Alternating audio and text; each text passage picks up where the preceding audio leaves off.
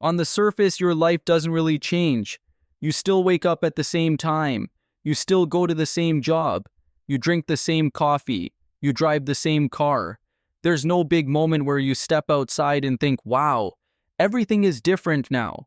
Nothing about your lifestyle screams success. And that's exactly why this part is so confusing. Because something does change, just not where most people expect it. Little things that used to hit hard don't land the same way anymore. An email from your boss that would have made your stomach tighten. A surprise bill you didn't plan for. A month where your spending runs higher than it should. All of that still happens, but your body doesn't react the same way. You don't tense up immediately. You don't start running worst-case scenarios in your head. You don't feel that quiet panic creeping in. At first you might think maybe I'm just used to it now, but that's not what's happening. What's happening is this: you're no longer living right up against the edge. The problems didn't disappear. Your responsibilities didn't vanish. Your life didn't magically get easier, but the pressure changed. There's now a little bit of space between the problem and your reaction to it. And that space is new. It doesn't come from confidence. It doesn't come from motivation. It doesn't come from discipline. It comes from having $200,000 quietly sitting there, doing something most people never notice. It's not buying you stuff. It's buying you distance. And once that distance exists, the way you move through your day starts to shift, even if nothing on the outside looks different yet. So here's where things get interesting. Why is it that some people hit $200,000 and suddenly they talk less, not more? They don't rush to respond. They don't jump at every opportunity. Their decisions slow down but somehow get sharper, while other people at the exact same number do the opposite. They get restless. They feel behind. They start thinking they need to move faster. They want a breakthrough. They want something big to finally happen. Same amount of money, completely different behavior. And here's the part nobody explains. Why does $200,000 fail to buy freedom? Why doesn't it buy happiness? Why doesn't it feel like the finish line everyone imagines? Yet somehow it quietly changes how you move through your days, how you react to pressure, how long you're willing to wait, how much noise you can ignore. And the most important question of all sits right underneath that.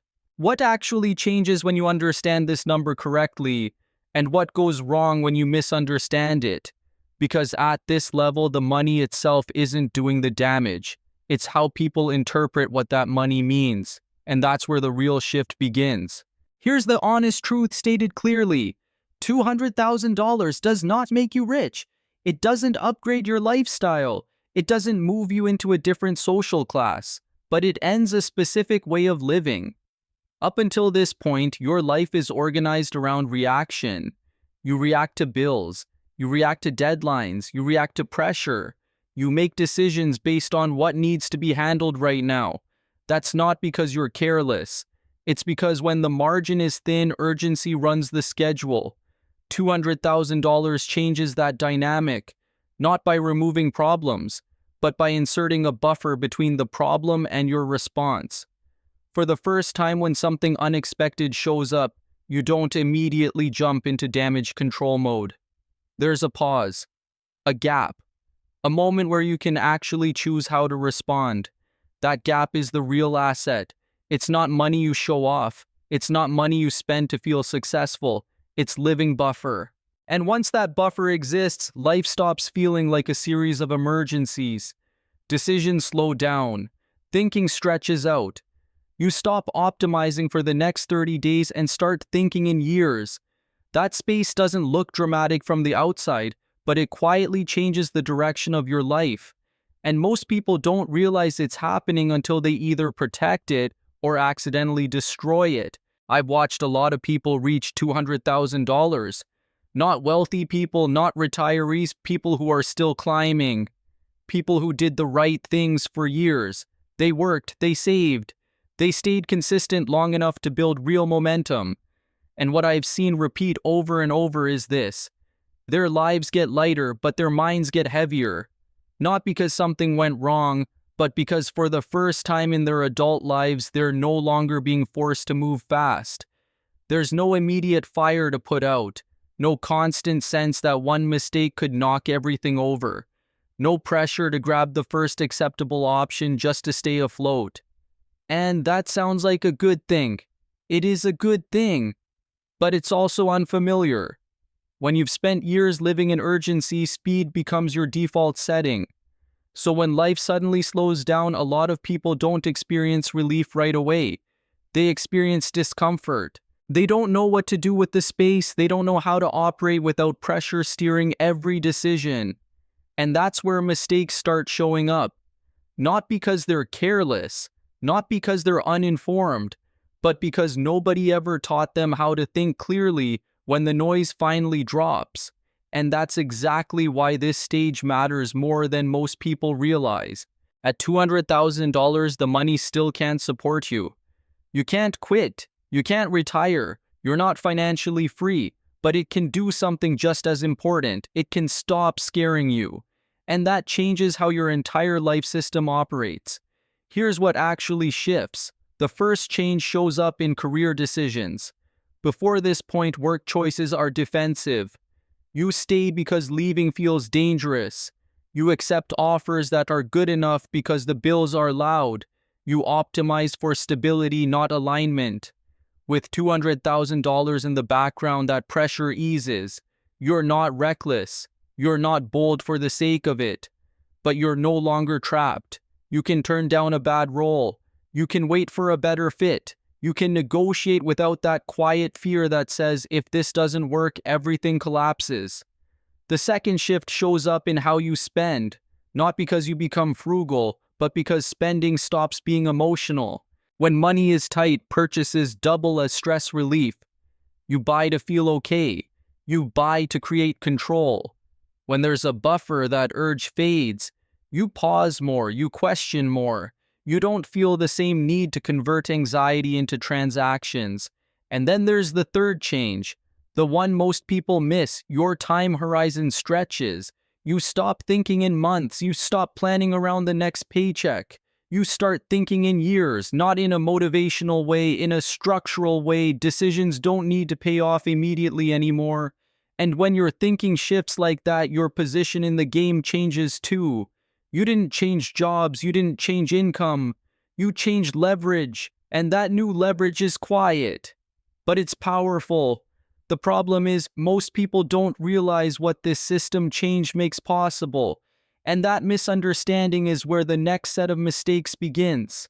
When you reach $200,000, your brain receives a very specific signal.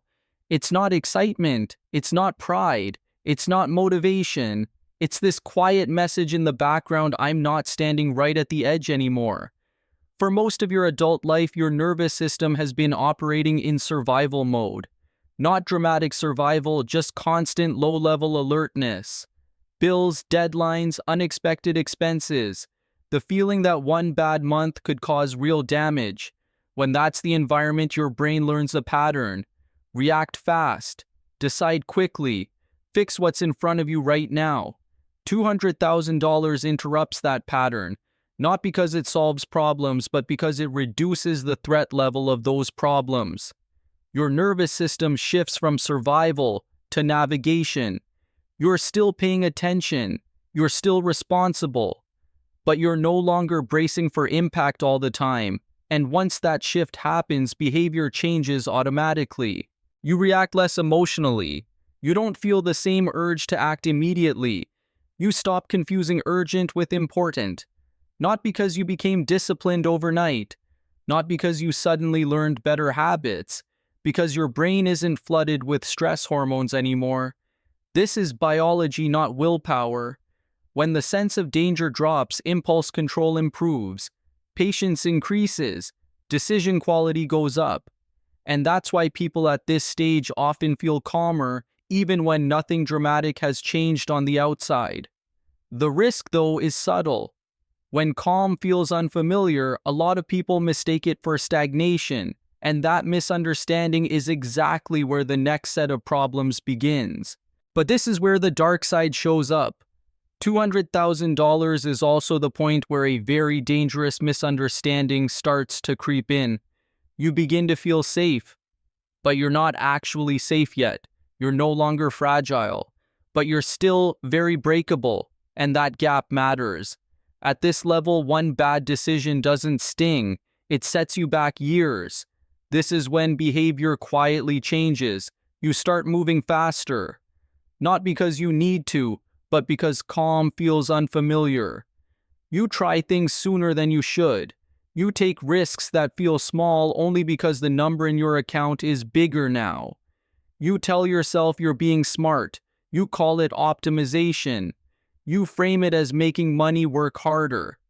But what's really happening is this. You're spending the buffer that was supposed to protect your decision-making.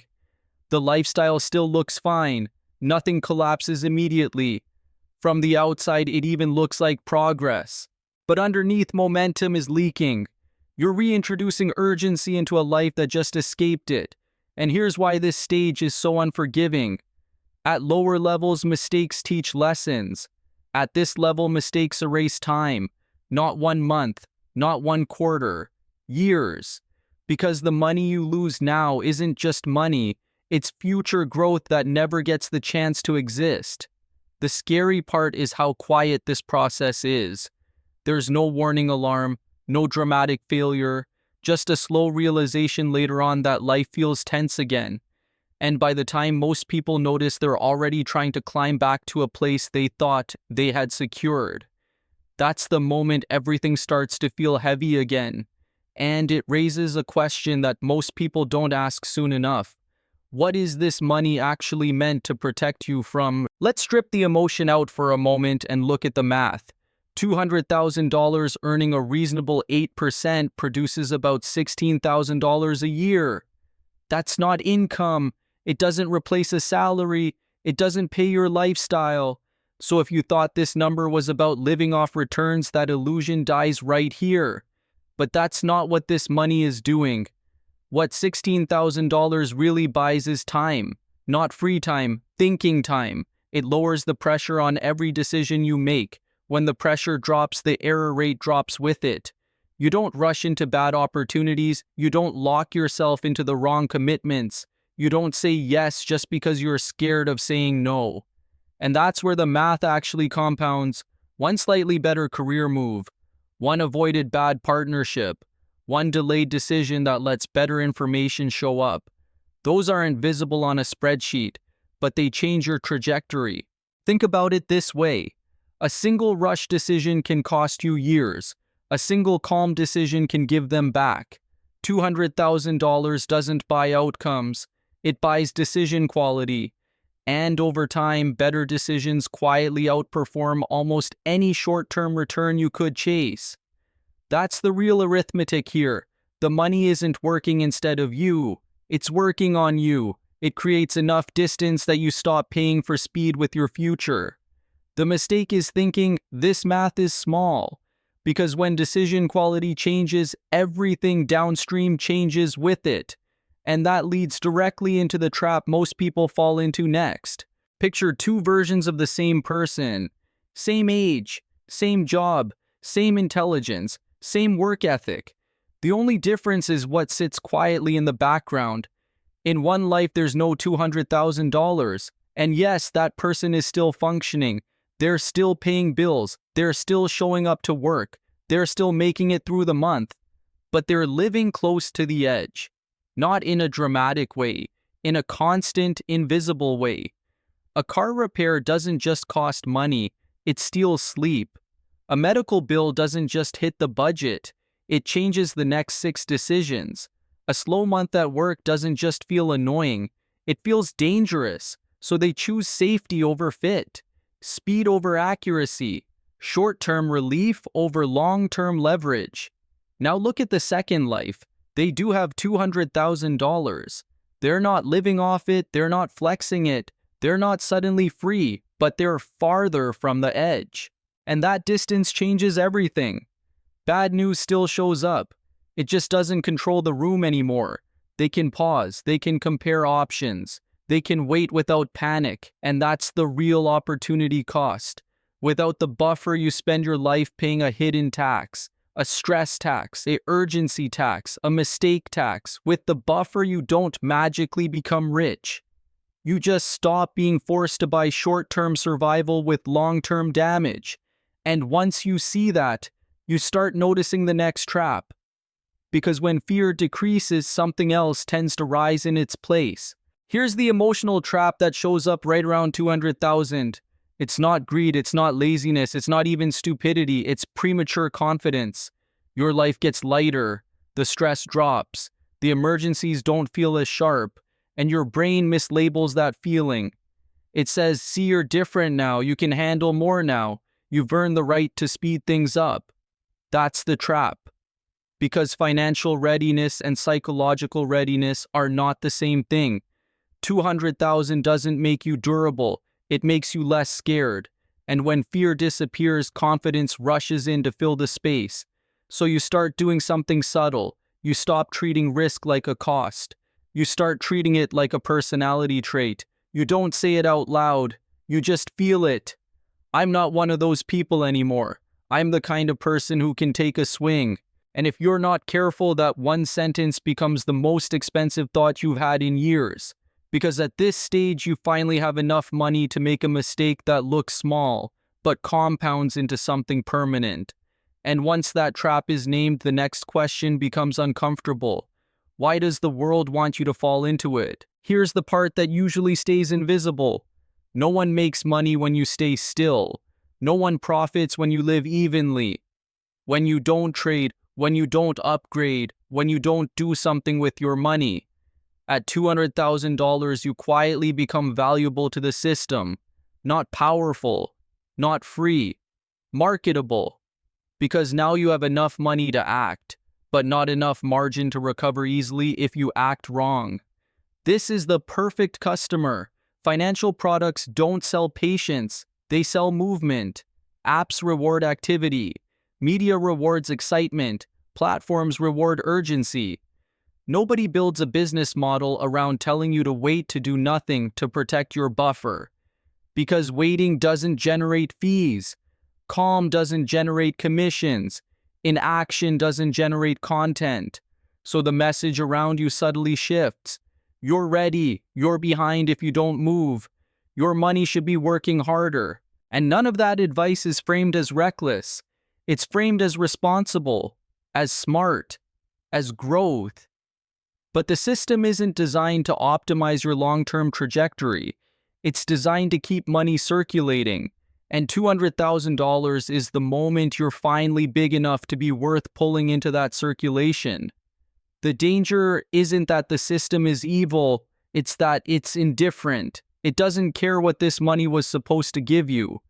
And that's why the final decision at this stage has nothing to do with returns.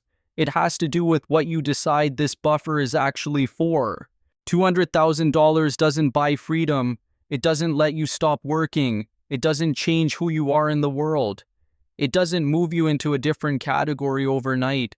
What it does is quieter. It removes urgency. And once urgency disappears, your life starts running on a different rhythm.